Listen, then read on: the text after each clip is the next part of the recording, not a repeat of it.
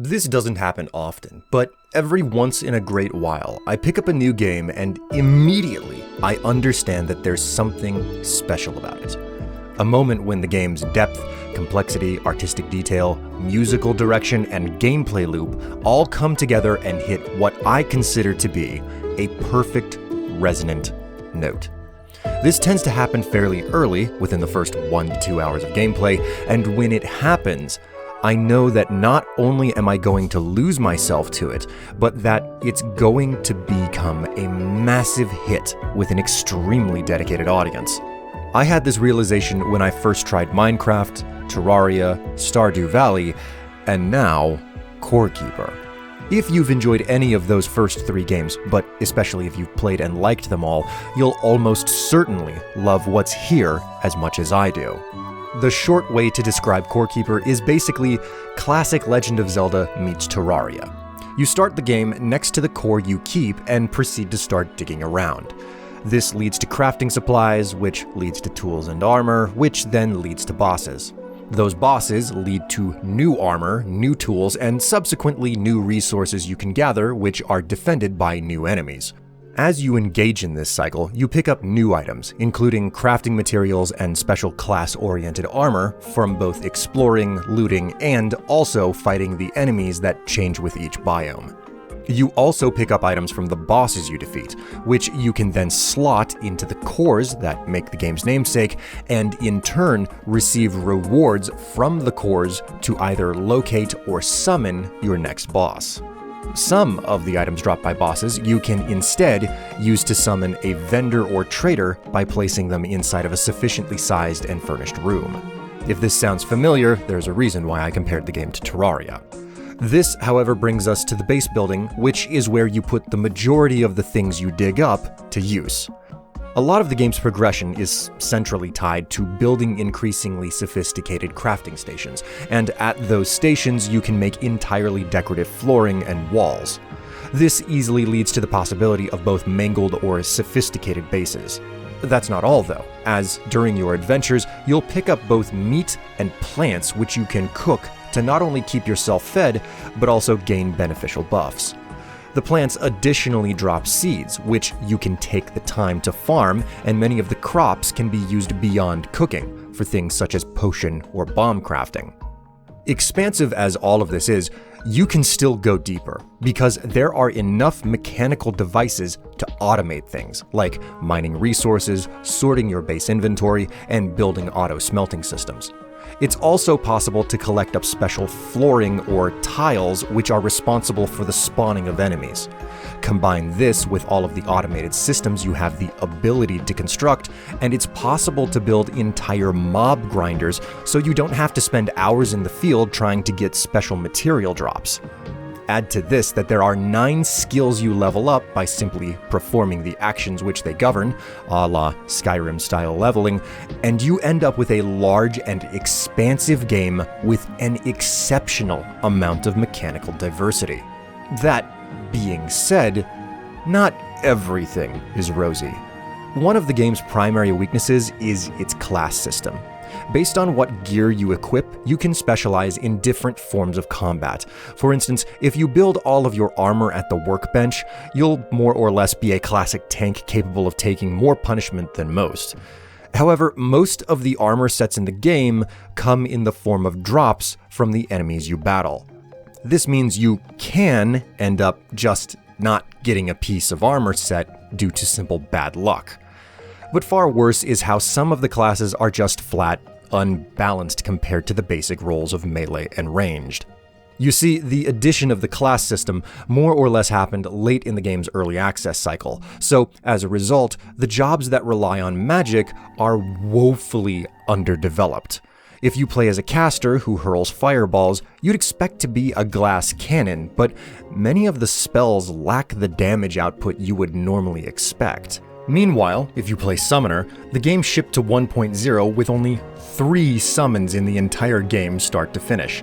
This was recently doubled to 6, which is improved, but still lacking compared to the other classes. And, for reasons entirely unclear, your minions frequently just won't attack enemies while you frantically run around dodging them. Complicating this is how the summoner gear greatly centers on trading overall health for increased summon damage. These problems are outliers in an otherwise amazing game though, and it can't be understated just how much there is to chew on in Core Keeper. It's a lot of fun, and I say this while only talking about the mechanics of the game. Aesthetics are an entirely separate topic. As I said previously, Core Keeper is basically classic Legend of Zelda meets Terraria. While its mechanics and gameplay loop mostly resemble that of Terraria, the art and outright perspective clearly feel very old-school Zelda. The resemblance is mostly skin deep though, as the more you adventure through the vast cave systems, the more variety in biomes you see. This is coupled with the incredible lighting system the game has, and when you layer that on the way that some textures respond to your character's presence, like in a rather fleshy biome where the walls seem to follow you, you get a two-dimensional visual feast. There is so much going on at any given moment that it's hard to not be distracted by an endless stream of shiny objects and/or mysteries. I haven't covered all of the amazing things you can do in this game, but suffice to say, everything I have mentioned is textured and animated with such incredible love and care.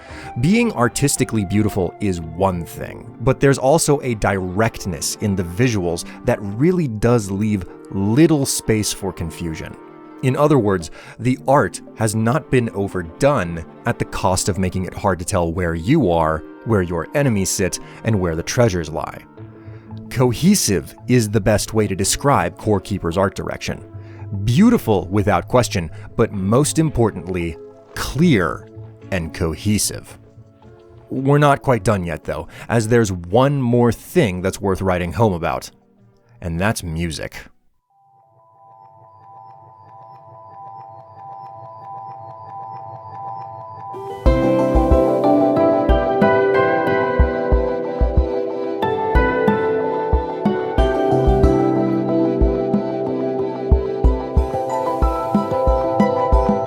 Core Keeper has one of the more beautiful soundtracks I've heard in a game for quite some time. Each different biome has a different song, so you get an appropriately different feel as you journey around and out further in the world. That's not particularly uncommon for most games, but what is uncommon is when the music is so good, you literally stop to listen to it, or if you're streaming, you keep stopping to praise just how good the soundtrack is. It's not the same for everyone, but I'm the type that loves to listen to game music in the background while working on a project. So when a game is this fun, yet I still stop to listen to the music like that, well, you know something has been done right.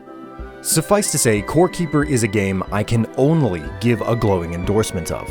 Like all games, your mileage is going to vary based on what you enjoy.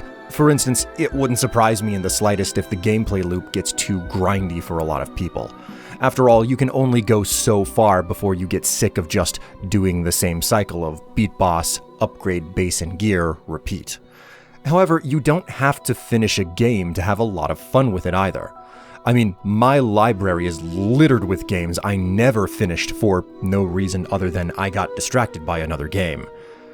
Core Keeper, though, well, there's something special about it. So special that I came back to it after more than a year away to enjoy the full 1.0 release. I'm honestly surprised by how much the developers managed to change in that time, and all for the better too. Above all else though, I think this game is worth more than the asking price. At merely $20 with no discount in sight, I find it to be a steal and consider the content and quality here worth an easy $30. So, if nothing else, I think if you pick this game up, you're paying less for something worth much more. Thanks for watching and listening, everyone. Don't forget to like, comment, and subscribe. And if you really like the videos I do, you can also support me with money over at strife.solutions. It's thanks to all my supporters that I can keep doing this. Until next time, though, I'm William Strife, and I'll see you later.